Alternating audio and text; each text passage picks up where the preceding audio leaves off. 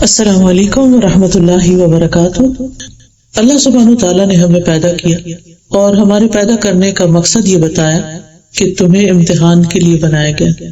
الذی خلق الموت والحیاۃ لیبلوکم ایکم احسن عملا، وہ جس نے موت اور زندگی کو بنایا تاکہ تمہیں آزما کر دیکھے، تمہارا امتحان لے کہ تم میں سے اچھے عمل کون کرتا ہے، صرف اچھے نہیں بہت اچھے، احسن، وہو العزیز الغفور، اور وہ زبردست بھی ہے، بخشنے والا بھی ہے۔ تو یہ زندگی چونکہ ایک عارضی زندگی ہے، اللہ سبحانہ تعالیٰ نے ہمیں پیدا کیا اور ہماری روحوں کو اس وقت تک انتظار میں رکھا جب تک ہم اس دنیا میں آئے نہیں۔ وہ ایک عالم تھا جس کی ہمیں کچھ خبر نہیں، کیونکہ اس وقت ہماری صرف روح تھی۔ اس کے بعد اب اللہ تعالیٰ نے ہمیں روح اور جسم دونوں دیا، جس کو زندگی کہتے ہیں، اور ایک وقت آئے گا کہ یہ روح پھر جدا ہو جائے گی اور جسم مٹی میں چلا جائے گا اور روح اللہ تعالیٰ کے پاس چلی جائے گی، اور پھر ایک دن آئے گا کہ اللہ تعالیٰ دوبارہ روحوں اور جسموں کو اکٹھا کر دے گا۔ اس دن سب انسان اللہ رب العزت کے سامنے کھڑے ہوں گے۔ اس وقت انسان سے یہ دیکھا جائے گا کہ وہ کر کے کیا آیا، وہ ساتھ لے کر کیا آیا ہے، اس نے اچھا کیا یا برا کیا۔ تو اسی امتحان کے لیے یہاں ہمیں چھوڑا گیا اس دنیا میں، تاکہ پتہ چلے کہ کون واقعی اچھا ہے اور کون اچھا نہیں ہے۔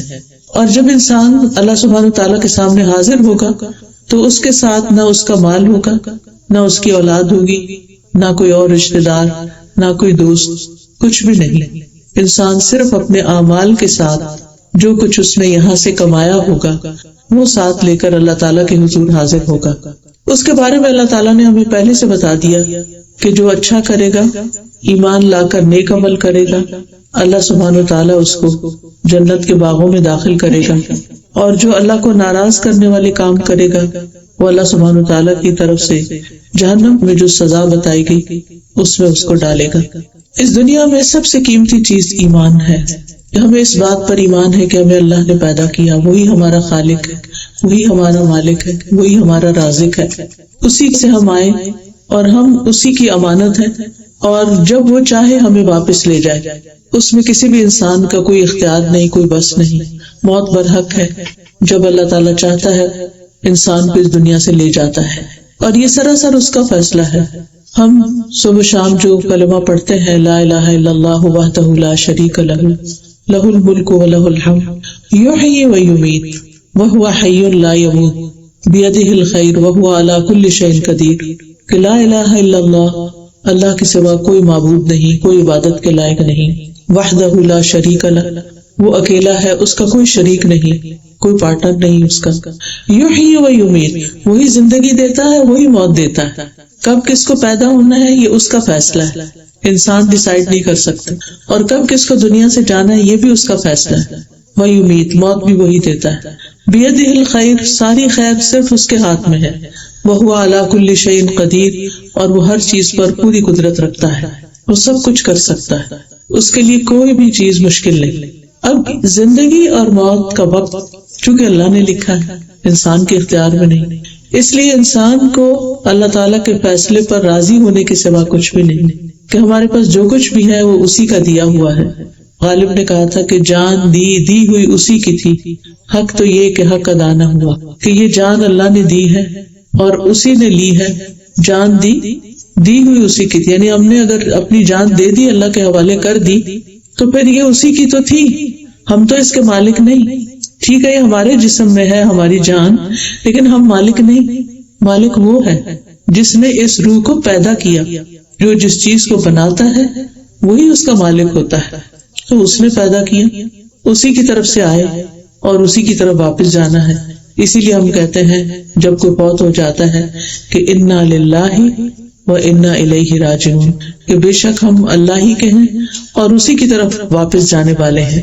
اور یہ چیز انسان کو صبر دیتی ہے، اور جب کسی کی وفات پر، کسی صدمے پر، کسی دکھ اور تکلیف پر، کسی نقصان پر انسان یہ کلمہ پڑھ لیتا ہے تو اللہ سبحانہ تعالیٰ اس کا اجر محفوظ کر لیتا ہے، اور پھر جب اس کو اپنا غم یاد آتا ہے وہ دوبارہ یہ کلمہ پڑھتا ہے تو اس کو اتنا ہی ثواب مل جاتا ہے جتنا پہلی دفعہ اس نے صبر کرنے پر حاصل کیا۔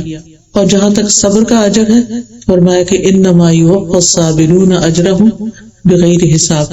دنیا میں جتنے بھی نعمتیں ہیں وہ سب ایک امتحان.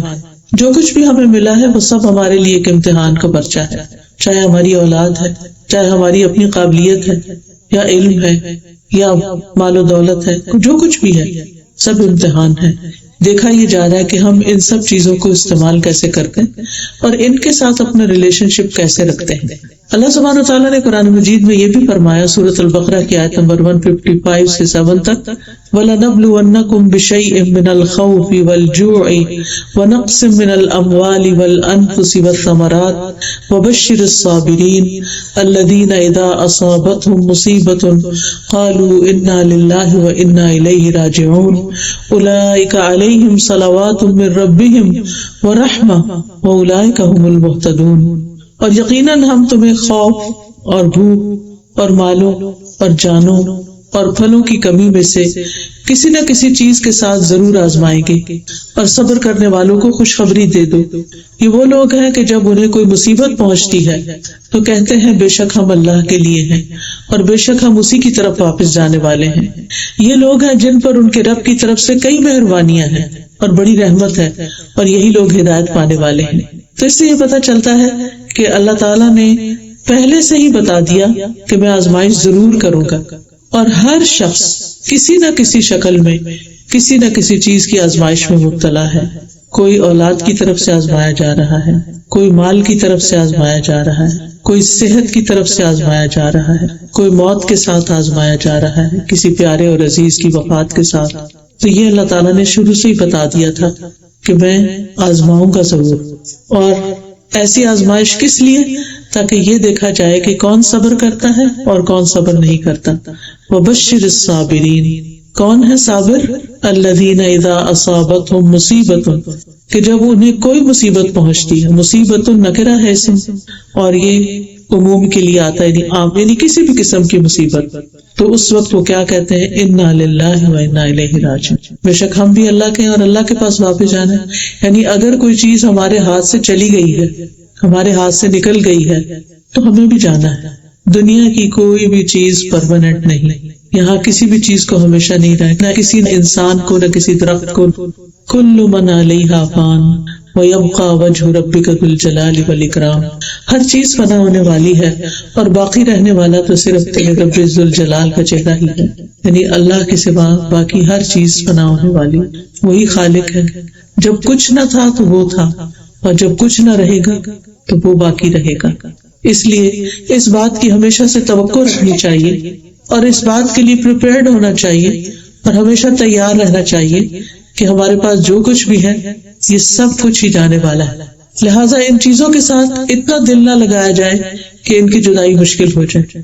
قدرتی بات ہے، اللہ نے ہمارے دل میں رشتوں کی محبت ڈالی ہے، بہن بھائیوں کی محبت ڈال دی ہے، بچوں کی محبت ڈالی ہے، انسانوں کی محبت ڈالی ہے. لیکن اس کا مطلب یہ نہیں کہ ہم ان سے اتنا دل لگا دیں کہ اپنے رب کو بھول جائیں. جب انسان کسی بھی چیز سے اپنے رب سے زیادہ محبت کرتا ہے تو اللہ تعالیٰ اسی چیز سے آزما لیتا ہے، کیونکہ اللہ تعالیٰ کو اس بات پہ غیرت آتی ہے کہ جس نے سب کچھ دیا ہے اس کو چھوڑ کر انسان کسی اور کی محبت میں مبتلا ہو جائے. تو جو لوگ اللہ کی رضا پہ راضی ہو جاتے ہیں اللہ تعالیٰ ان سے راضی ہو جاتا ہے، ان پر رب کی بڑی مہربانیاں آتی ہیں اور رحمتیں، اور ایسے لوگوں کو پھر راہ مل جاتی ہے. پھر آپ دیکھیے کہ اللہ سبحانہ وتعالیٰ یہ بھی فرماتے ہیں سورۃ التغابن میں، ما اصاب من مصیبت الا باذن اللہ ومن یؤمن باللہ یہد قلبہ واللہ بکل شیء علیم. جو مصیبت بھی آتی ہے وہ اللہ کے اذن سے آتی، خود سے نہیں آتی. خود سے کوئی آپ کا بال بھی بیکا نہیں کر سکتا، اللہ کا اذن ہوتا ہے آپ کی آزمائش کے لیے تو وہ تکلیف آ جاتی ہے. اور جو شخص اللہ پر اعتماد کرتا ہے کہ میرے رب نے میرا برا نہیں چاہا، کیونکہ بعض چیزیں ایسی ہوتی ہیں جو دیکھنے میں بہت تکلیف دہ ہوتی ہیں لیکن انہی میں خیر ہوتی ہے.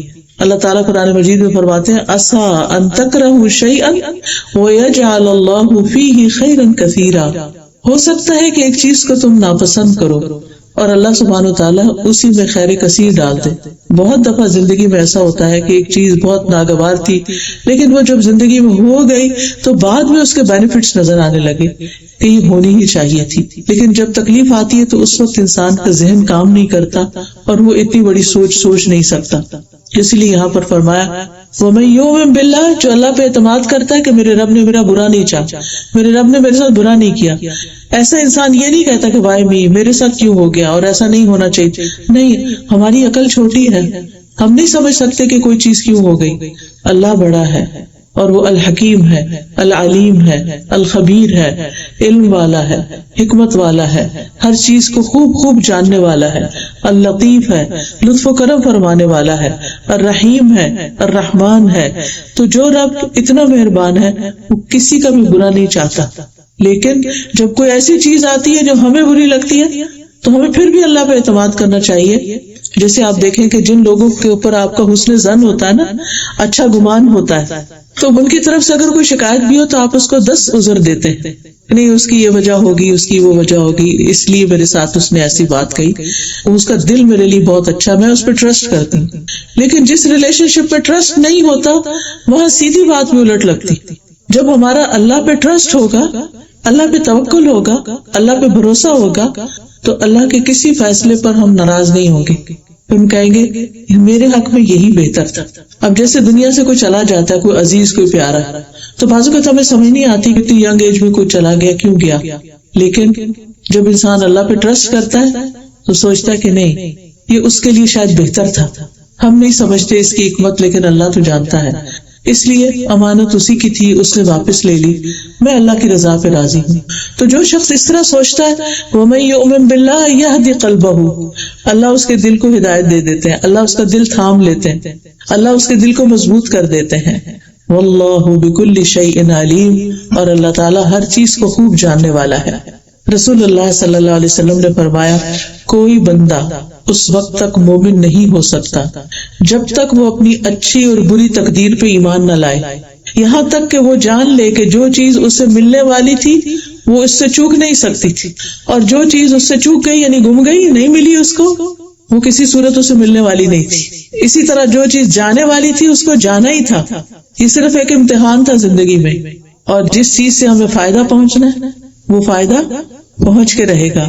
کسی کی نظر، کسی کا حسد اور کسی کی تنگ دلی اس نعمت کو ہم سے دور نہیں کر سکتی. اللہ تعالیٰ فرماتے ہیں کل نفس ذائقۃ الموت، ہر جان کو موت کا مزہ چکھنا ہے. وَنَبْلُوكُمْ بِالشَّرِّ وَالْخَيْرِ فِتْنَةً وَإِلَيْنَا تُرْجَعُونَ، اور ہم تو تمہیں اچھے اور برے حالات سے آزماتے ہیں اور بالآخر واپسی تو ہماری ہی طرف ہے. یعنی جانا تو اسی کے پاس ہے، اور ہمیں جو خیر ملی ہے وہ بھی امتحان ہے، اور جو شر آیا ہے وہ بھی امتحان ہے. اور پھر سبحان اللہ، رسول اللہ صلی اللہ علیہ وسلم نے فرمایا اللہ جس کے ساتھ بھلائی کا ارادہ کرتا ہے، جس کا اچھا چاہتا ہے، اس کو مصیبت میں مبتلا کر دیتے. کیونکہ مصیبت میں پڑ کے انسان اللہ سبحانہ وتعالیٰ کی طرف رجوع کر لیتا ہے، اللہ سے اپنی گناہوں کی معافی مانگتا ہے، اللہ سبحانہ وتعالیٰ کے ساتھ اپنی غلطیوں اور اپنی کوتاہیوں کا اعتراف کرتا ہے. دنیا سے اس کا دل اچاٹ ہوتا ہے، دنیا سے اس کا اعتماد ختم ہوتا ہے، اور اللہ سبحانہ وتعالیٰ پر اس کا اعتماد بڑھ جاتا ہے، اور اس مصیبت کو بھی وہ پازیٹیولی دیکھنے لگتا ہے. نبی صلی اللہ علیہ وسلم نے فرمایا مسلمان کو جو بھی پریشانی، بیماری، رنج و ملال، تکلیف اور غم پہنچتا ہے، حتیٰ کہ اسے کانٹا بھی چبھ جاتا ہے، تو اللہ تعالیٰ اسے اس کے گناہوں کا کفارہ بنا دیتے ہیں. یعنی مومن کے حق میں تکلیف بھی خیر کا باعث ہوتی ہے.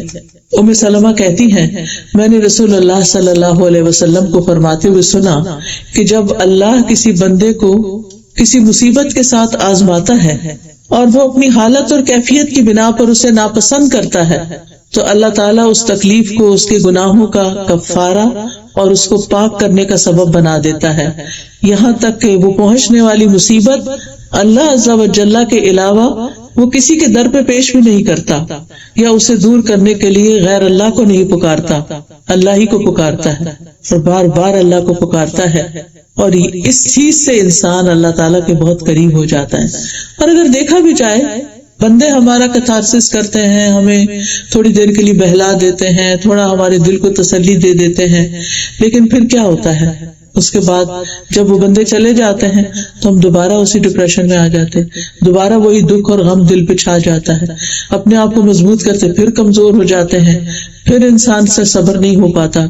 لیکن جب انسان اللہ کی طرف رجوع کرتا ہے اور اپنی تنہائیوں میں اللہ کو پکارتا ہے اور اللہ تعالیٰ کو یاد کرتا ہے اور اس سے دعا مانگتا ہے، تو صحیح معنوں میں اللہ کی طرف سے انسان کے دل کو ڈھارس ملتی۔ بندوں کی طرف سے ملی ہوئی ڈھارس کمزور ہوتی ہے، کم ہوتی ہے، لیکن اللہ کی طرف سے ملی ہوئی تسلی بہت بڑی ہوتی ہے۔ قرآن مجید میں اللہ تعالیٰ فرماتے ہیں الیس اللہ بکاف عبدہ، کیا اللہ اپنے بندے کے لیے کافی نہیں؟ انسان کیوں دوسری چیزوں پہ بھروسہ کرتا ہے؟ کیا اللہ کافی نہیں؟ اور پھر وَمَن يَتَوَكَّلْ عَلَى اللَّهِ فَهُوَ حَسْبُهُ، جو اللہ پہ بھروسہ کر لیتا ہے اللہ اس کو کافی ہو جاتا ہے۔ اسی لیے ہم کہتے ہیں حسبی اللہ ونعم الوکیل، نعم المولا ونعم النصیر، مجھے میرا رب کافی ہے اور وہ بہترین مولا ہے، بہترین مددگار ہے، بہترین کام آنے والا ہے۔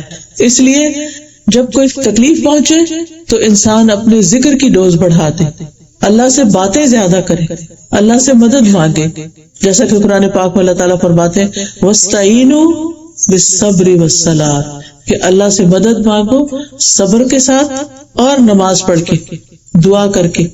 یہ دو چیزیں انسان کو مضبوط کرتی ہیں۔ نبی صلی اللہ علیہ وسلم پر جب کوئی تکلیف آتی تھی تو آپ فوراً نماز کی طرف جاتے تھے۔ اور میرے والد بتاتے ہیں کہ جب ان کی والدہ یعنی میری دادی جو تھی، ہمارے والد کے 4-5 بہن بھائی تھے جو پیدا ہونے کے کوئی 5 سال بعد، کوئی 10 سال بعد ایسے فوت ہوتے کہ ایک کے بعد ایک، ایک کے بعد ایک، یعنی سوائے میرے والد اور چچا کے کوئی نہیں بچا، یہ پھوپھی ایک، سب فوت ہو گئے۔ وہ کہتے ہیں کہ میری دادی جو تھی وہ جس وقت کو بچہ فوت ہوتا تھا اس کے اوپر کپڑا ڈال کے خود اس کے پاس نماز کے لیے کھڑی ہو جاتی اور اللہ سے خوب خوب دعائیں کرتی۔ تو جو ان کی دوستیں یا اور خواتین تھی وہ کہتی کہ اس کو تو اپنی اولاد کا مرنے کا کوئی غم ہی نہیں ہے۔ غم کس کو نہیں ہوتا؟ یہ کسی سے پوچھ کے غم کرنا ہوتا ہے؟ یعنی خاص طور پر ماں کا تو جسم جڑا ہوتا ہے بچے کے ساتھ۔ آپ کو پتا نہیں کہ جب بچہ پیدا ہوتا ہے تو وہ اس کی ایک نالی کاٹتے ہیں اس کو الگ کرنے کے لیے، کیونکہ وہ اسی سے خوراک لے رہا ہوتا ہے، وہ پورے کا پورا اس کا جسم ماں کے پیٹ کے اندر بنا ہوتا ہے، وہ اس کے جسم کا ٹکڑا ہوتا ہے، اس کے جگر کا ٹکڑا جس کو کہتے ہیں۔ تو یہ کیسے ہو سکتا ہے کہ کسی بچے کی وفات پر ماں کا دل نہ دکھے؟ لیکن وہ ماں اگر اپنے غم اور دکھ کی فریاد صرف اللہ سبحانہ تعالیٰ سے کرتی ہے تو عام طور پر لوگ اس غلط فہمی میں پڑ جاتے ہیں کہ شاید جس کو غم ہی نہیں۔ حضرت یعقوب علیہ السلام سے جب یوسف علیہ السلام سال ہر سال کے لیے بچھڑ گئے، کوئی چھوٹی آزمائش تھی؟ بہت بڑی آزمائش تھی۔ تو وہ اپنے بچوں کے سامنے بھی ذکر نہیں کرتے تھے، وہ تنہائی میں اللہ سے فریادیں کرتے تھے اور فرماتے انما اشکو بثی وحزنی الی اللہ واللہ بصیر بالعباد، میں اپنے غم اور دکھ کی فریاد اللہ سے کرتا ہوں، اللہ بندوں کے حال کو دیکھنے والا ہے، اللہ میرا حال بھی دیکھتا ہے۔ اللہم انک تسمع کلامی وتری مکانی، اللہ میری باتیں تو سن رہا ہے اور میری حالت کو تو دیکھ رہا ہے۔ لہٰذا سب سے زیادہ اسٹرانگ چیز انسان کو تھامنے والی اللہ سبحانہ تعالیٰ سے مضبوط تعلق ہے، اور ہر آنے والی تکلیف انسان کا تعلق مضبوط کرتی ہے پہلے سے بھی زیادہ۔ اور پھر یہ اللہ سبحانہ تعالیٰ کے قرب کی نشانی ہوتی ہے۔ جس کو اللہ تعالیٰ اپنے قریب کرنا چاہتا ہے، جس کو اللہ تعالیٰ اپنا بنانا چاہتا ہے، اس کا دل دوسروں سے ہٹا دیتا ہے اور پھر اس کے اندر صبر بھر جاتا ہے۔ ابن تیمیہ کہتے ہیں کہ اللہ تعالیٰ نے اپنی کتاب میں 90 سے زیادہ مقامات پر صبر کا ذکر کیا ہے۔ تقویٰ کا ذکر 145 دفعہ آیا ہے، لیکن صبر کا ذکر 90 دفعہ آیا، یعنی پورے قرآن میں 90 بار صبر کی تلقین ہے۔ اور اجر کتنا بڑا بتایا ہے، نبی صلی اللہ علیہ وسلم کو براہ راست بھی تلقین کی گئی وَاصْبِرْ وَمَا صَبْرُكَ إِلَّا بِاللَّهِ وَاصْبِرْ لِحُكْمِ رَبِّكَ۔ تو انسان کے لیے تکلیف کے موقع پر صبر درجات کی بلندی کا سبب بن جاتا ہے، اور اللہ تعالیٰ نے ایسے لوگوں کی تعریف کی ہے وَالصَّابِرِينَ فِي الْبَأْسَاءِ وَالضَّرَّاءِ وَحِينَ الْبَأْسِ أُولَئِكَ الَّذِينَ صَدَقُوا وَأُولَئِكَ هُمُ الْمُتَّقُونَ۔ خصوصاً وہ لوگ جو تنگ دستی، تکلیف اور لڑائی کے وقت صبر کرنے والے ہیں، یہی لوگ ہیں جنہوں نے سچ کہا اور یہی متقی لوگ ہیں۔ تقوی والے یہی ہیں کہ جو تکلیف کے وقت صبر کر جاتے ہیں. پھر اسی طرح انسان کو زندہ انسانوں سے بھی تکلیفیں پہنچتی ہیں. اس کے بارے میں سورۃ الفرقان میں آتا ہے وَجَعَلْنَا بَعْضَكُمْ لِبَعْضٍ فِتْنَةً أَتَصْبِرُونَ وَكَانَ رَبُّكَ بَصِيرًا. اور ہم نے تم میں سے بعض کو بعض کے لیے آزمائش بنایا ہے. بعض اوقات اپنا ہی کوئی بچہ آزمائش بن جاتا ہے اور بعض اوقات شوہر کی طرف سے آزمائش ہو جاتی ہے کہ اس کا رویہ اور سلوک ٹھیک نہیں ہوتا. بعض اوقات کوئی اور انسان مصیبت کا باعث بن جاتا ہے تو انسان کی زندگی حرام کر دیتا ہے، انسان کا سکون چین لوٹ لیتا ہے. تو ایسے میں کیا فرمایا کہ اتصبرون، اس کا حل صرف صبر ہے کہ اپنی زبان سے کوئی ایسی بات نہیں نکلنے دینی جو اللہ تعالیٰ کو ناپسند ہے، کوئی ایسا کام نہیں کرنا جو اللہ تعالیٰ کو ناپسند. صبر یہ ہوتا ہے کہ انسان اس تکلیف کے وقت میں سارا وقت یہ دیکھے کہ رب کی نگاہیں میرے اوپر ہے اور وہ میرے ایک ایک ایکشن کو، میری ایک ایک حرکت کو دیکھ رہا ہے، اور فرشتے قلم سنبھالے ہر لمحے دیکھ رہے ہیں کہ یہ بندہ اب کہتا کیا اور کرتا کیا. تکلیف اور دکھ کے وقت جو اللہ کو نہیں بھولتا اور اللہ کو یاد کرتا ہے اور اللہ سے مدد مانگتا ہے اور صبر کرتا ہے اور کوئی برے الفاظ زبان سے نہیں نکالتا، کوئی زیادتی کی بات زبان سے نہیں نکالتا، اللہ سبحانہ وتعالیٰ پھر اس کو تھام لیتا ہے. وَكَانَ رَبُّكَ بَصِيرًا، اور تیرا رب ہمیشہ سے سب کچھ دیکھنے والا ہے، وہ سب دیکھ رہا ہے. بعض اوقات ہم انسانوں کے سامنے اپنی سچائی کو پروو نہیں کر سکتے لیکن اللہ دیکھتا ہے. یہ چیز انسان کے دل کو تسلی دے دیتی ہے، سکون دے دیتی ہے کہ میرا رب تو جانتا ہے، میرا رب تو دیکھتا ہے. اور صبر جو ہے افضل ترین ایمان کی حالت ہے. نبی صلی اللہ علیہ وسلم نے فرمایا الایمان الصبر والسماحہ، کہ افضل ایمان صبر اور نرمی کرنا ہے. پھر اسی طرح خسارے سے بچنے کے لیے بھی صبر کرنا ضروری ہے. سورۃ العصر میں اللہ تعالیٰ فرماتے ہیں والعصر ان الانسان لفی خسر الا الذین آمنوا وعملوا الصالحات وتواصوا بالحق وتواصوا بالصبر. اور یہ بڑی ہمت کا کام ہوتا ہے، آسان نہیں ہے. صرف اللہ کی توفیق سے ہی انسان صبر کر سکتا ہے، لیکن صبر سے بڑی کوئی نعمت کسی کو نہیں ملی. حدیث میں آتا ہے وَلَن تُعْتَوْا عَطَاءً خَيْرًا وَأَوْسَعَ مِنَ الصَّبْرِ، کہ کسی شخص کو صبر سے بہتر اور کشادہ تر نعمت کوئی نہیں ملی. یعنی جس کو صبر مل گیا گویا اس کو بہت بڑی نعمت مل گئی، کیونکہ صبر کے ساتھ ہی اجر ہے اور صبر کے ساتھ بلند درجے ہیں. تو یقین اور صبر، یقین کس بات کا کہ اللہ میری مدد ضرور کرے گا اور اس صبر پر مجھے اجر ضرور عطا کرے گا. صبر جو ہے عربی زبان میں روک لینے کو کہا جاتا ہے، رکنا، روکنا، یعنی اپنے آپ کو کس چیز سے روکنا؟ واویلا کرنے سے، شکوے شکایتیں کرنے سے، زیادتی کی باتیں کرنے سے، اور اپنی ٹون میں، اپنے الفاظ میں نرمی لا کر اور اچھے الفاظ اور اچھے جملے بول کر جو بار بار انسان کہے اے رب میں آپ سے راضی ہوں، آپ بھی مجھ سے راضی ہو جائیں، اے رب میں اس چیز پر صبر کروں گی. یعنی جو بھی کوئی صدمہ اور تکلیف انسان کو ہو تو ساتھ ساتھ انسان اپنے رب سے باتیں کرتا چلا جائے. دل کی کیفیت اللہ کو ویسے بھی پتا ہے، لیکن ہم اپنے دل کا حال بتائیں کہ یا رب میرا دل بوجھل ہو رہا ہے، یا رب میرا دل اداس ہو رہا ہے، یا رب میرا دل یہ چاہ رہا ہے، آپ میری مدد فرمائیں. اور آپ دیکھیں گے کہ اللہ کی مدد آئے گی. ان اللہ مع الصابرین، بے شک اللہ تعالیٰ صبر کرنے والوں کے ساتھ ہے. تو نفس کو بے صبری سے اور ناراض ہونے سے روک لینا، زبان کو شکایت سے روک لینا اور اعضاء کو بے چینی سے روک لینا، یہ صبر ہوتا ہے. اور پھر کس چیز پہ روک لینا؟ اس حد پہ روک لینا اللہ سبحانہ تعالیٰ جس کا تقاضا ہم سے کرتا ہے کہ اس سے آگے نہیں. مثلا کسی کی جدائی پر آنکھیں آنسو بہا سکتی ہیں، کوئی مسئلہ نہیں، رو سکتے، جتنا رونا چاہے رو لیں، لیکن زبان سے کوئی بات غلط نہیں نکالنا جو اللہ تعالیٰ کو ناپسند. یہ صبر. پھر اسی طرح یہ بھی کہا جاتا ہے کہ نفس کی عادات میں سے سب سے اچھی عادت جس کے ذریعے سے انسان ایسا کام کرنے سے رک جائے جو اچھا اور خوبصورت نہیں ہوتا، یہ نفس کی قوتوں میں سے ایک قوت ہے جس کے ذریعے وہ اپنی حالت کی اصلاح کرتا ہے اور اپنے معاملے کو قائم کر لیتا ہے، یعنی جو کرنا چاہتا ہے کر لیتا ہے. پھر اسی طرح جو صبر کر لیتا ہے اللہ تعالیٰ اس کو ایک نور عطا کرتے ہیں، کیونکہ الصبر ضیاء، صبر روشنی ہے.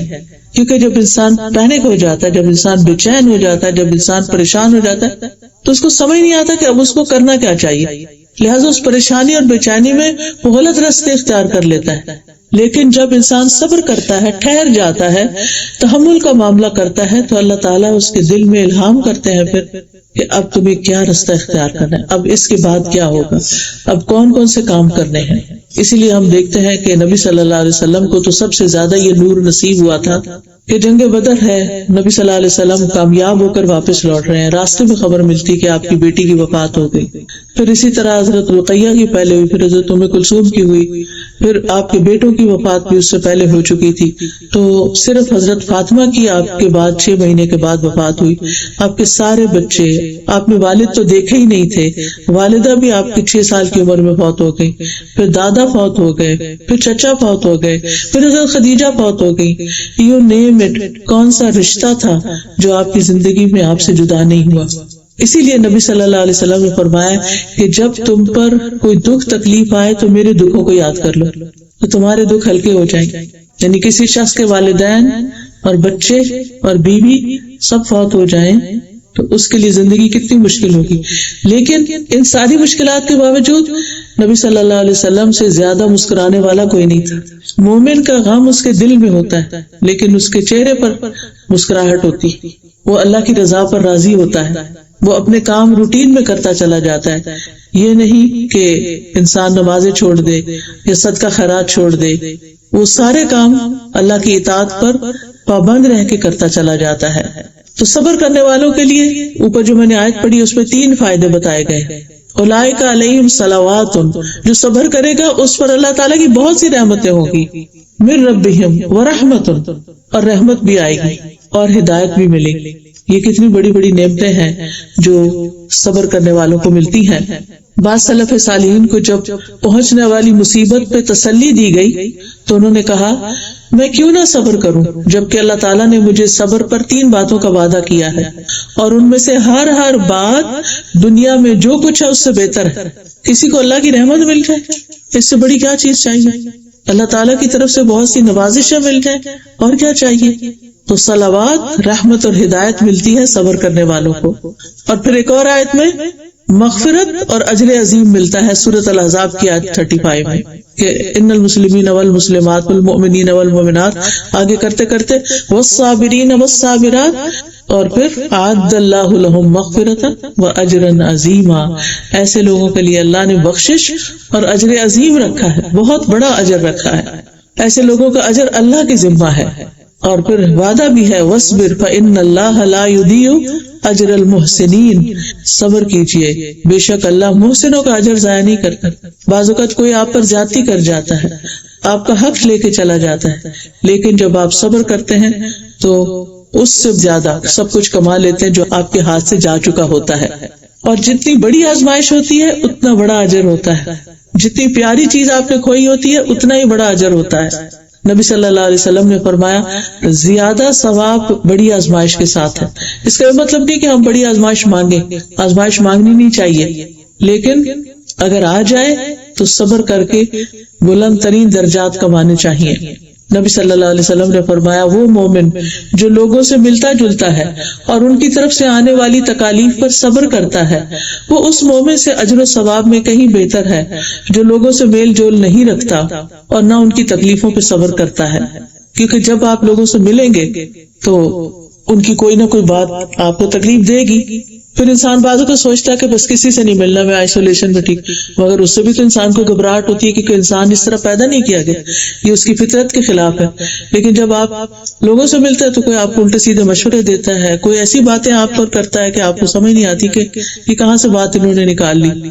ایسی ساری باتوں کو ایک کان سے سن کے دوسرے کان سے نکال دینا چاہیے، جسٹ اگنور، بس ٹھیک ہے، ہر ایک کا کہا کیا اس کے ساتھ ہے، میں معاملہ اللہ کے سپرد کرتی، اور پھر انسان اپنے کام میں لگ جائے. کیونکہ یہ زندگی بہت چھوٹی ہے، یہ وقت بہت قلیل ہے، یہ بہت تھوڑا وقت ہے جو ہمیں اس پلانٹ پہ ملا ہے. ہم سب ٹرانزٹ میں ہیں، اگلی فلائٹ لینی ہے ہم نے، تو اس کے لیے ہمیں یہ ہے کہ آگے کچھ نہیں ملے گا سوائے اس کے جو تم یہاں سے اکٹھا کر کے لے جاؤ. تو جس شخص کو یہ فکر ہو کہ جو کچھ میں نے لینا ہے یہی سے لینا ہے، وہ کیا کرے گا؟ کیا وہ سو جائے گا، سستی کرے گا، ادھر ادھر باتیں گپ شپ لگائے گا، اپنے سیل فون پہ بیٹھ جائے گا؟ نہیں، اس کو کہے گا پہلے میں سب سے بندوبست کروں اپنا کہ مجھے آگے کیا لے کے جانا. اور پھر اس کے بعد وہ چیزیں اکٹھی کر کے رکھ کے اپنا سامان، پھر میں دیکھوں گا کچھ اور چیز. ہم بھی اپنی زندگیوں کا جائزہ لیں کہ ہم اپنے پرائم ٹائم میں کیا کرتے ہیں، ہم صبح ارلی مارننگ کیا کرتے ہیں، ہم رات کو سونے سے پہلے کیا کرتے ہیں. کیا ہم فونز پہ اور ادھر ادھر کی باتوں میں تو وقت نہیں لگاتے؟ کیونکہ صبح کے وقت کی عبادت بہترین عبادت ہوتی. ان قرآن الفجر کان مشہودا، فجر کے وقت قرآن کا پڑھا جانا، اس میں فرشتوں کی حاضری ہوتی ہے، دعائیں قبول ہوتی ہیں، بابرکت وقت ہوتا ہے. نبی صلی اللہ علیہ وسلم کی دعا ملتی ہے، اللہم بارک لامتی فی بکورہا، اے اللہ میری امت کی صبح میں برکت ڈال دے. تو جب کوئی انسان اس وقت اللہ کو یاد کرتا ہے، اللہ کی عبادت کرتا ہے، ٹھیک ہے آپ تہجد کے وقت اٹھے، آپ نے فجر پڑھی، آپ نے اشراق پڑھے، اب آپ تھوڑا سا آرام بھی کر سکتے ہیں، اس میں کوئی حرج کی بات نہیں. لیکن یہ نہیں کہ فجر کی نماز کے وقت آپ آرام کر رہے ہوں اور جب سورج اندر باہر ہو تو آپ اٹھ کے نمازیں پڑھیں، یہ طریقہ نہیں ہے اللہ کی عبادت کا. تو بہرحال صبر جو ہے اس سے انسان کو عبادت میں بھی مدد ملتی ہے اور اس میں پھر خیر کثیر مل جاتی ہے انسان کو. انسان اپنے روزمرہ کے کام، اپنی ڈیوٹیز، اپنے فرائض بہت اچھی طرح انجام دے سکتا ہے. لیکن اگر بے صبرہ ہو تو کیا ہے، ڈپریشن میں چلا جائے گا. بے صبر پن سے نتیجہ تو کچھ نہیں نکلتا، یعنی ہمیں حاصل تو کچھ نہیں ہوتا. اور پھر کیا ہوتا ہے کہ انسان اس کی دوائیاں کھانی شروع کر دیتا ہے، اور دوائیاں کھانے کے بعد آپ سب کو پتہ کیا ہوتا ہے، پھر صرف سونا ہی ہوتا ہے. تو صرف بھلانے والی بات ہوتی، انسان کی ساری پروڈکٹیوٹی ماری جاتی، انسان دوسروں سے، رشتوں سے کٹ کے رہ جاتا ہے، انسان کسی کام کا نہیں رہتا. تو پہلے ہی مرحلے پر، کیونکہ صبر کیا ہے، الصبر عند الصدمۃ الاولی، جب صدمے کا آغاز ہوتا ہے اس وقت جو صبر کر لیتا ہے انسان کہ مجھے یہ بس اس لمٹ تک جانا ہے، اس سے آگے نہیں جانا، تو اس کے اجر میں پھر بے پناہ اضافہ ہوتا ہے. رسول اللہ صلی اللہ علیہ وسلم نے فرمایا، مدد صبر کے ساتھ ہے، جو صبر کرے گا اس کو اللہ کی مدد ملے گی، اور کشادگی تنگی کے ساتھ ہے، یعنی جب چیزیں تنگ ہو جاتی ہیں وہیں سے وسعت آ جاتی. اور بے شک ہر مشکل کے ساتھ ایک آسانی ہے، اور بے شک اسی مشکل کے ساتھ ایک اور آسانی ہے. یعنی اللہ سبحانہ تعالیٰ جب کوئی چیز ہم سے لے لیتا ہے تو اس کے لینے میں بھی آسانیاں ہوتی ہیں. آپ دیکھیں کہ مثلاً آپ کو کھانا پکانے کا وقت نہیں ملا، آپ نے کھانا سکپ کر دیا، پانی پی لیا، اور پھر کئی گھنٹے کے بعد جا کے آپ کو کھانے کی کوئی چیز ملی. کئی دفعہ سفر میں ایسا ہو جاتا ہے کہ مرضی کے کھانے پینے کی چیز نہیں ہوتی، یا وہ ملتی نہیں جو آپ نے کھانا ہوتا، تو آپ ایک لمبا فاقہ کرتے ہیں. کبھی آپ نے اس فاقے کو انجوائے کیا؟ کتنا انجوائے کرتا ہے نا جب انسان کا پیٹ خالی ہوتا ہے اور اس کے اندر ایک عجیب سی گہرائی آ جاتی ہے، ایک غور و فکر آ جاتا ہے، اور پھر آہستہ آہستہ بھوک لگ کے بھوک بھی ختم ہو جاتی اور انسان اپنے آپ کو ہلکا پھلکا محسوس کرتا ہے. پہلے مجھے یہ بات سمجھ نہیں آتی تھی کہ علم جو ہے بھرے پیٹ کے ساتھ حاصل نہیں ہوتا یا انسان غور و فکر نہیں کر سکتا، لیکن جب میں نے اس کا ایکسپیرینس کیا تو میں حیران ہو گئی کہ کس طرح بھوک اور فاقہ اور کھانے پینے سے دور رہنا کس طرح انسان کو طاقتور بنا دیتا ہے اور اس کی زندگی میں کتنی سہولت اور آسانی ہو جاتی. تو جب ہم ایک تکلیف برداشت کرتے ہیں تو اس کے ساتھ اللہ تعالیٰ اجر بھی دیتا ہے، صبر بھی دیتا ہے، وسعت دیتا ہے، آسانی دیتا ہے، کئی اور نعمتیں اور کئی اور مینیوز کھل جاتے ہیں.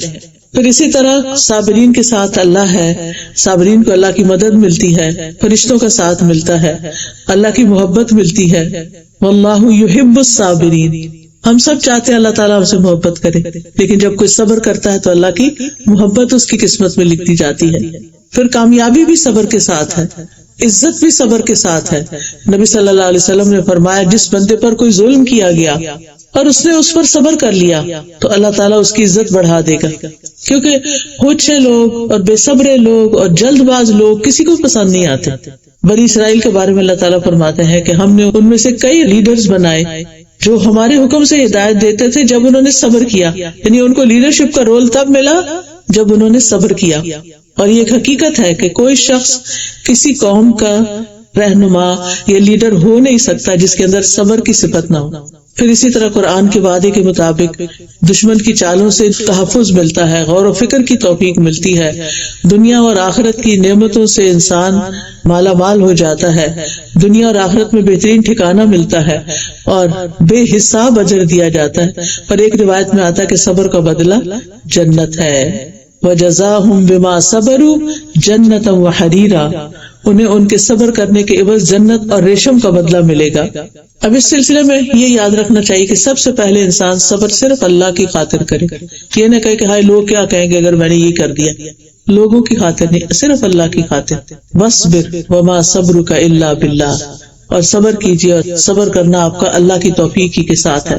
دوسرا یہ کہ صدمے کی پہلی چوٹ پر، پہلی دفعہ جب کوئی چیز تکلیف دے، سنے یا دیکھے تو فوراً صبر کر لیں، اِنَّا لِلَّهِ پڑھ کر صبر۔ پھر صبر کوشش سے آتا ہے، حدیث میں آتا ہے وَمَن يَتَصَبَّرْ يُصَبِّرُهُ اللَّهُ، جو صبر کرتا ہے، کرنے کی کوشش کرتا ہے، اللہ تعالیٰ اس کو صبر عطا کر دیتے ہیں۔ اور پھر یہ کہ ہر حال میں اللہ کی تعریف کرنی چاہیے، یہ بھی صبر کا ایک پہلو ہوتا ہے۔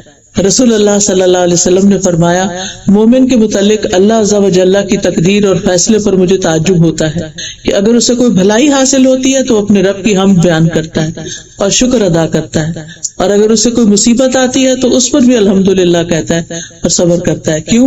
وہ کہتا ہے کہ اس سے بڑی مصیبت نہیں آئی، یعنی اس وقت وہ کیوں شکر کرتا ہے؟ یعنی مثال کے طور پر اللہ نہ کرے کسی کا بھی ایکسیڈنٹ ہوتا ہے تو پھر بھی کہتا ہے الحمدللہ۔ اب کوئی دیکھ کے کہے اچھا الحمدللہ اس وقت شکر، ہاں اس سے زیادہ بھی ہو سکتا تھا، شکر اللہ نے جان رکھ لی۔ اور بہت سے لوگ یہ کہتے بھی ہیں کہ شکر اللہ نے جان رکھ لی، شکر اللہ نے بچا لیا۔ تو جو بندہ اس وقت اللہ سے راضی ہوتا ہے نا، اللہ اس سے راضی ہو جاتا ہے اور اللہ تعالیٰ اس کو اس کا بہترین نعم البدل بھی عطا کرتا ہے۔ اور پھر مومن جو ہے اس کو یہ یقین ہوتا ہے کہ یہ زندگی بہت چھوٹی ہے، اگر کوئی پیارا چلا گیا تو ہم بھی جانے والے وہاں جا کے مل لیں گے۔ اس وقت کو نیکیوں میں گزارنا چاہیے، اچھے کاموں میں گزارنا چاہیے، تاکہ جب اللہ تعالیٰ سے ملاقات کرے تو اللہ تعالیٰ راضی ہو۔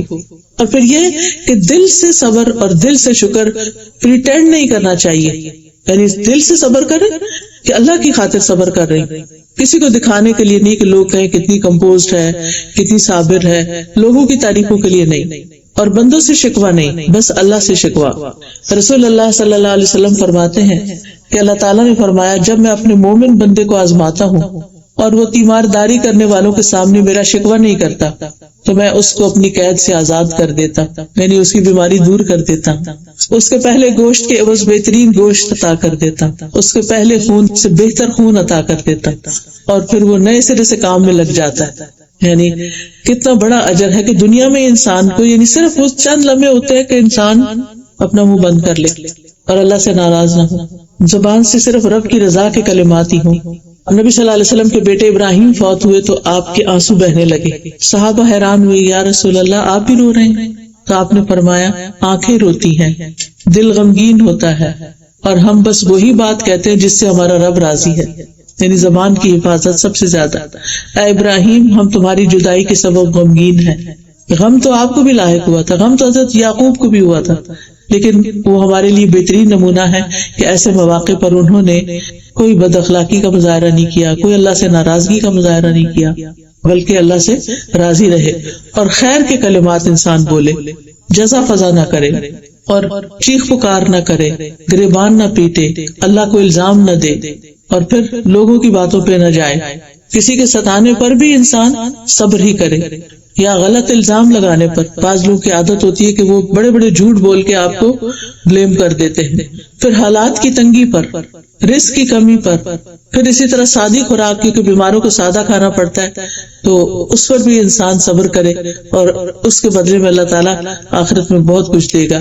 پھر بیماری پر، پھر بیٹیوں کی پیدائش پر، کیونکہ اہل عرب کے ہاں تو خاص طور پر بیٹیاں باعث وبال ہوتی تھی، پھر بچوں کی وفات پر۔ اسامہ بن زید کہتے ہیں نبی صلی اللہ علیہ وسلم کی ایک صاحبزادی نے آپ کو پیغام بھیجا کہ میرا بیٹا فوت ہو رہا ہے، آپ ہمارے پاس تشریف لائیں، یعنی اس وقت وہ نزع کے عالم میں، آپ آ جائیں، بیٹی ہے باپ کو بلا رہی۔ آپ نے سلام کہتے ہوئے واپس پیغام بھیجا اور فرمایا ان للہ ما اخذ ولہ ما اعطى وکل عنده باجل مسمى فلتصبر ولتحتسب، سارا مال اللہ ہی کا ہے، یہ اللہ کا مال تھا، جو اللہ نے لے لیا وہ اسی کا تھا، کیا زبردست بات، اور جو اس نے عطا کیا ہوا ہے وہ بھی اسی کا ہے، اس کے ہاں ہر چیز کا وقت مقرر ہے، اس لیے اسے چاہیے کہ صبر کرے اور ثواب کی طلبگار رہے، یعنی گئے نہیں، اچھا سا پیغام بھیج دیا۔ اور پھر انسان جب نیکی کا کام کا ارادہ کرے اس وقت بھی صبر کرے، اور جس گناہ سے بچنا چاہے اس پر بھی صبر کرے، اور بدلہ لینے کے موقع پر بھی صبر سے کام لے۔ صبر کرنے والوں میں سب سے زیادہ بڑی مثال حضرت ایوب علیہ السلام کی۔ 18 سال بیمار رہے، اسکن ڈیزیز تھی، یعنی اگر تھوڑی سی بھی کوئی چیز ہو جائے نا تو ہم بار بار اس کو کھجاتے ہیں، کرتے ہیں، لیکن وہ کہتے ہیں کہ شیطان ملعون کو نہیں پتا کہ میرے دل میں کتنا اطمینان ہے کہ پہلے میرے اللہ کی عبادت کرنے کے راستے میں بچے، مال، کام حائل ہو جاتے تھے، اب سب نے مجھے چھوڑ دیا ہے تو میرے اور اللہ کے بیچ میں کوئی نہیں۔ یہ ہے صبر کا اعلیٰ مقام۔ پھر اسماعیل علیہ السلام کہ جب اللہ تعالیٰ نے ابراہیم علیہ السلام کو خواب میں دکھایا کہ بیٹے کو ذبح کر دو، سبحان اللہ، کس طرح وہ جا کے تیار ہو گئے ذبح ہونے کے لیے، اور وہ بھی باپ کے ہاتھ میں۔ کوئی شکوہ نہیں کیا کہ آپ ہمارے ساتھ نہیں رہتے، آپ تو پتہ نہیں کہاں رہتے اور آ جاتے ہیں اور ایسے ایسے کام ہمیں کہتے ہیں جو ہم کر نہیں سکتے۔ یہ ہوتا ہے صبر۔ پھر یوسف علیہ السلام بچپن میں جدا ہوئے، پھر بازار مصر میں بکے، پھر ایک عورت کے گھر گئے تو وہ اس فتنے سے واسطہ پڑا، پھر جیل میں چلے گئے، ہر جگہ لوگ ان کو کہتے تھے انا نراک من المحسنین، ہم آپ کو بڑا ہی نیک پاتے ہیں، بڑا محسن پاتے ہیں۔ یعنی اتنی مشکلات میں بھی انہوں نے نیکی کا دامن نہیں چھوڑا، کسی کے خلاف کوئی پروپیگنڈا نہیں کیا۔ اجر کمانے والے تو ایسے ہی ہوتے ہیں۔ اور پھر حضرت آسیہ علیہ السلام، فرعون کی بیوی، جن کے اوپر اتنے تشدد ہوتے تھے لیکن انہوں نے اپنا ایمان نہیں چھوڑا اور کہا رب ابن لی عندک بیتا فی الجنہ، اے میرے رب میرے لیے اپنے پاس جنت میں گھر بنا دے۔ تو اللہ تعالیٰ نے ان کو پھر اٹھا لیا۔ پھر نبی صلی اللہ علیہ وسلم کی مثال کہ طائف کے موقع پر کیا ہوا، اور اس کے علاوہ حضرت عائشہ کی مثال کہ جن پہ بہت بڑا الزام لگا تھا۔ تو ہونا یہ چاہیے کہ ہم اللہ تعالیٰ سے خیر کی امید رکھتے ہوئے اللہ سے تعلق مضبوط کریں اور دعا کرتے رہیں۔ تو آئیے ہم سب مل کے دعا کر لیتے ہیں۔ سبحان اللہ والحمد للہ ولا الہ الا اللہ واللہ اکبر ولا حول ولا قوة الا باللہ العلی العظیم۔ سبحان اللہ والحمد للہ ولا الہ الا اللہ واللہ اکبر ولا حول ولا قوة الا باللہ العلی العظیم۔ اللہم صلی علی محمد وعلی آل محمد کما صلیت علی ابراہیم وعلی آل ابراہیم انک حمید مجید۔ اللہم بارک علی محمد وعلی آل محمد کما بارکت علی ابراہیم وعلی آل ابراہیم انک حمید مجید۔ ربنا آتنا فی الدنیا حسنۃ وفی الآخرۃ حسنۃ وقنا عذاب النار۔ ربنا افرغ علینا صبرا وتوفنا مسلمین۔ ربنا افرغ علینا صبرا وثبت اقدامنا فانصرنا علی القوم الکافرین۔ انا للہ وانا الیہ راجعون۔ یا حی یا قیوم برحمتک استغیث لا الہ الا انت سبحانک انی کنت من الظالمین۔ اللہ اللہ ربی لا اشرک به شیئا، لا الہ الا اللہ العظیم الحلیم، لا الہ الا اللہ رب العرش العظیم، لا الہ الا اللہ رب السماوات ورب الارض ورب العرش الکریم۔ یا اللہ تیرے سوا کوئی معبود نہیں، تو بڑا عظیم ہے، تو بڑا ہی بردبار ہے، تیرے سوا کوئی معبود نہیں جو عرش عظیم کا مالک ہے۔ یا اللہ اس کے علاوہ کوئی معبود نہیں جو زمین و آسمان اور عرش کریم کا رب ہے۔ یا اللہ تو ہم سب کی مشکلات آسان فرما دے، اللہ ہم سب کے دکھ دور فرما دے، اللہ ہماری بہن کا دکھ دور فرما دے، ان کے دل کو صبر اور چین عطا فرما دے۔ اللہ جس سعیدہ بہن کے لیے تکلیف آسان کرنے کی دعا کرائی گئی ہے یا اللہ ان کے لیے آسانیاں فرما دے۔ یا رب العالمین ہمیں اپنی زندگیوں سے صحیح معنوں میں فائدہ اٹھانے کی توفیق دے۔ اللہ ہم سب کو دنیا کی تکلیفوں اور پریشانیوں سے بچا لے۔ یا اللہ ہمیں عافیت عطا فرما۔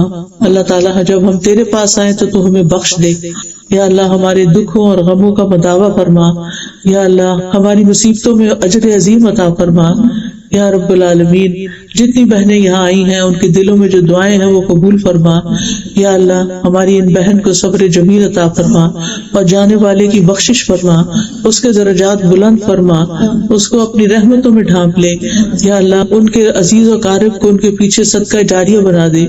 یا اللہ تو ہمیں علم حاصل کرنے والا بنا اور علم حاصل کر کے عمل کرنے والا بنا۔ یا اللہ تو ہمیں دنیا اور آخرت میں بہترین بھلائیاں عطا فرما۔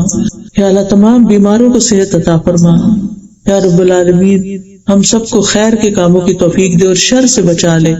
ربنا تقبل منا انک انت السمیع العلیم وتب علینا انک انت التواب الرحیم وصلی اللہ تعالی علی خیر خلقہ محمد وعلی آلہ واصحابہ واہل بیتہ اجمعین برحمتک یا ارحم الراحمین.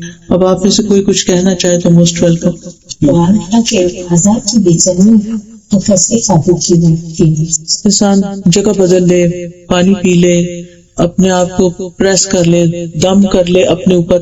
ایک دعا جو میں بتانا چاہوں گی، سب لوگ اگر اس کو یاد کر لیں، جس کو میں نے اپنے لیے بڑا ہی مفید پایا، وہ ہے اعوذ باللہ السمیع العلیم من الشیطان الرجیم من ہمزہ ونفخہ ونفثہ. یہ ایاک نستعین کتاب ہے نا، اس کے اندر یہ دعا موجود ہے. اور یہ جو بک سٹال ہم لائے ہیں اس میں یہ ایاک نستعین کتاب موجود ہے، اس میں رومن میں بھی لکھی ہوئی ہے. ٹھیک ہے، یہ پڑھ کے آپ نے 3 دفعہ پڑھ کے اپنے دل پہ چتکارنا ہے. جس وقت دل میں گھبراہٹ ہو، جسم میں بے چینی ہو، آپ کو کچھ سمجھ نہ آ رہی ہو، تو اللہ تعالیٰ دل تھام لیتا ہے.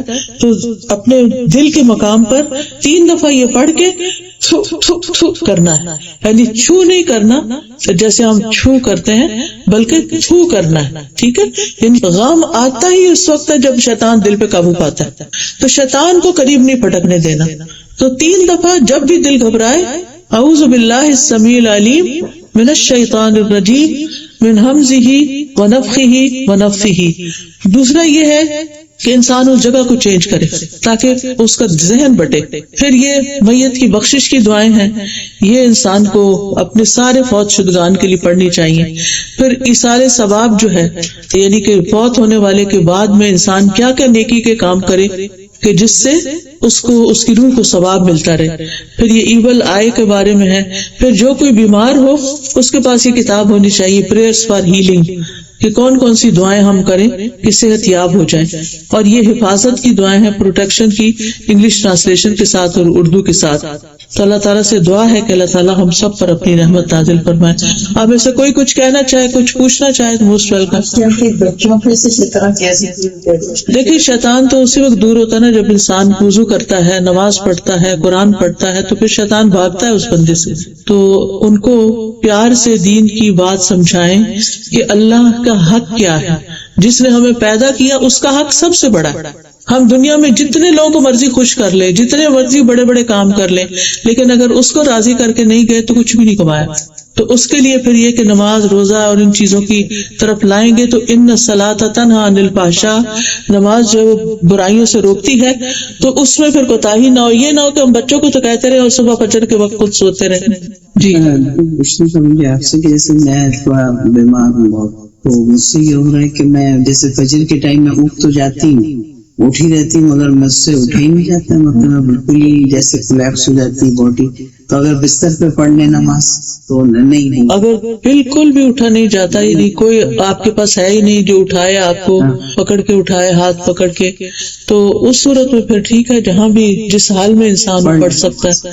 یہ نماز تو نہیں چھوڑ سکتے. اور وضو کا وجہ ہے کہ وضو اگر آپ مینٹین نہ کر سکے، جیسے میرے 7-8 مہینے کیمو تھراپی ہوئی ہے، میں وضو ہی نہیں مینٹین کر پا رہا. ابھی کیا وضو، پھر وضو نہیں مینٹین کر پا رہی، تو اس کا کیا کروں؟ ہر نماز کے لیے تازہ وضو کرنا ہوتا ہے بس. ہاں جی، ہر نماز کے لیے، یعنی کہ ایک وضو سے ایک نماز ہو جائے گی.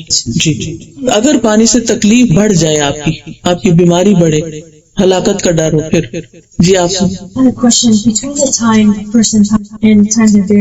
Say, and the time could be anywhere in the body, or if sound is buried, sometime later, like 2 weeks later. Like where does civil تو جب فرشتے جان نکالتے ہیں نا تو ساتھ ہی کفن لے کر آتے ہیں اور وہ لے کے اوپر چلے جاتے ہیں. تو مومن کی روحیں اوپر چلی جاتی ہیں، علیین میں چلی جاتی ہیں.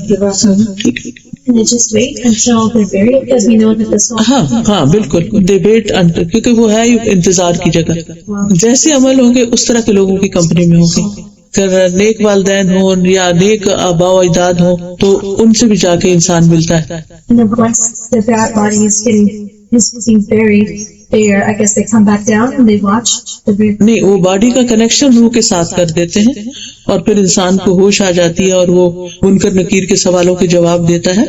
اور اصل میں ہمیں یہ لگتا ہے نا کہ فاصلے بہت زیادہ ہیں، یعنی روح کہاں ہے، باڈی کہاں ہے، ان کا کنیکشن کیسے ہے. لیکن اب آپ دیکھیں کہ بہت سی چیزیں جیسے وائرلیس ہے، تو ایک چیز کہاں ہے، ایک انسان کہاں بیٹھا ہے اور دوسرا کہاں بیٹھا ہے، اور آپس میں سیل فون پہ بات کر رہے ہیں، بیچ میں تو کوئی کنیکشن نہیں، ویزیبل سین کنیکشن تو کوئی نہیں. تو اگر انسان ایسی چیزیں بنا سکتا ہے تو اللہ تعالیٰ اس سے بہتر بنا سکتا ہے. جب ہم دنیا میں نہیں آئے تھے تو جسم نہیں تھا، روح ڈومیننٹ تھی. دنیا میں جسم ڈومیننٹ ہے، ہم ہر چیز جسم سے کرتے ہیں. مرنے کے بعد پھر روح ڈومیننٹ ہو جائے گی، اور پھر دوبارہ جب اٹھیں گے یعنی کہ حساب کتاب کے لیے تو جسم اور روح دونوں کے ساتھ پھر ہوگا. جی اللہ تعالیٰ سے کمنٹ تو کیا برزخ میں گیا تھا، اور جو ہے وہاں پر اچھی اور بری سب کی سب روحیں قیامت تک کے لیے جس نے آنا ہے وہ سب کی سب تھی. اور برزخ نہیں تھا، وہ برزخ تو مرنے کے بعد ہوتا ہے. برزخ کا مطلب ہے انتظار کی جگہ اور پردہ، دنیا اور آخرت کے بیچ میں پردہ آ جاتا ہے. نہیں، برزخ میں سبھی برزخ میں ہوتے ہیں، لیکن برزخ کی دو طرح کی قسمیں ہیں، اچھے لوگوں کے علیین ہے اور جو برے ہیں ان کے سجین ہیں. دعا کر سکتے ہیں اس کے بعد، لیکن نماز اور قرآن ایسی چیز ہے جو کسی اور کے لیے نہیں کر سکتے. جیسے میں اگر کہوں میں مصروف ہوں، میری نماز تم پڑھ لو ذرا، نہیں پڑھ سکتے. جی عمرہ کر سکتے ہیں، حج کر سکتے ہیں، عمرہ کر سکتے ہیں، صدقہ خیرات کر سکتے ہیں. یہ جو پمفلٹ ہے نا یہ بہت فائدے کا ہے، ایصال ثواب کا. اس میں انگلش میں ہے، اردو میں بھی شاید ہو. تو ایصال ثواب کی جتنی بھی چیزیں ہیں وہ ساری اس میں ڈیٹیلز مینشن کی ہوئی ہیں کہ کیا کیا کر سکتے ہیں اور کیا نہیں کر سکتے. تو یہ آپ کے پاس ہونا چاہیے، اوروں سے بھی شیئر کر سکتے ہیں آپ. ایک اور سوال ہے جو بڑا کنفیوژن کا ہے. یہ لوگ یہ پوچھتے ہیں جیسے کہ فرض کریں میرا انتقال ہو گیا اور میں بچوں سے کیا کہوں کہ قبرستان میں جا کے کتنی دیر رکے. ان لوگ کہتے ہیں ادھر کھڑے ہو کے دعا پڑھ لو، سر کی طرف کھڑے ہو جاؤ.